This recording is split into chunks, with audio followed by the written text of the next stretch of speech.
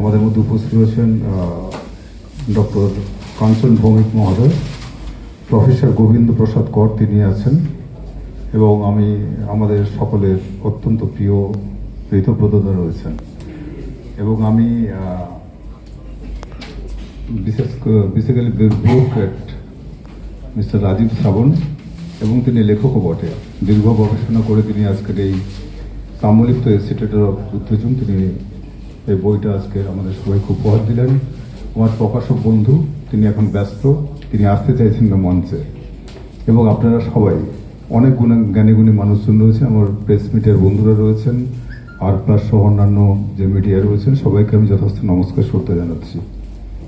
Actually আমি ম্যাডামকে বলছিলাম ও সবাইকে বলছিলাম যে তাম্রলিপ্তের ইতিহাস এবং ঐতিহ্য, যেটা আমাদের তমলুকে যে archaeological survey of Indian museum রয়েছে, সেখানে যে সমস্ত হাড়ের এবং বনের কাজ রয়েছে, সেটা ওরা বলছে 12 থেকে 15,000 বছরের পুরনো, যেটা গভর্নমেন্ট অফ ইন্ডিয়া যে গেজেটটা বের করেছে।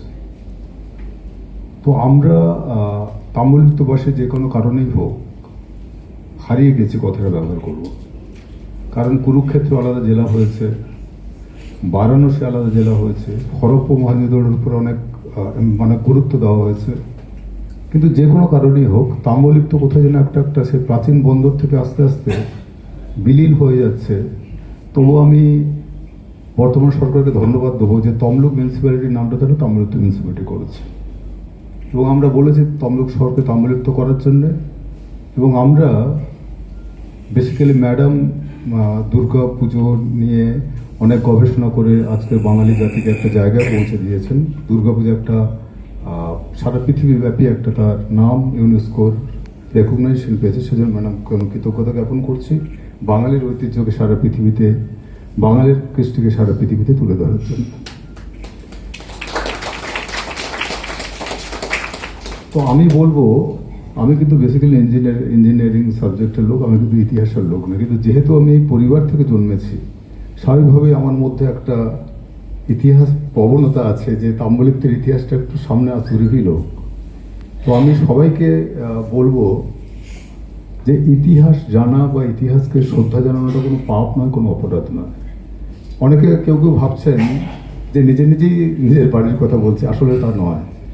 কারণ ইতিহাস, ঐতিহ্য, রাজত্ব এগুলো সমস্ত পরস্পর সঙ্গে সংযোগ আছে। কারণ যে কোনো সময় যে কোনো ইতিহাস, কৃষ্টি, এটা কিন্তু তৈরি হয় কোনো একজন রুলার, তিনি যেই হন, যে দেশেই হোক, যে রাজ্যেই হোক, যে যে জায়গায় হোক। সেই জন্য আমি বলবো যে আমি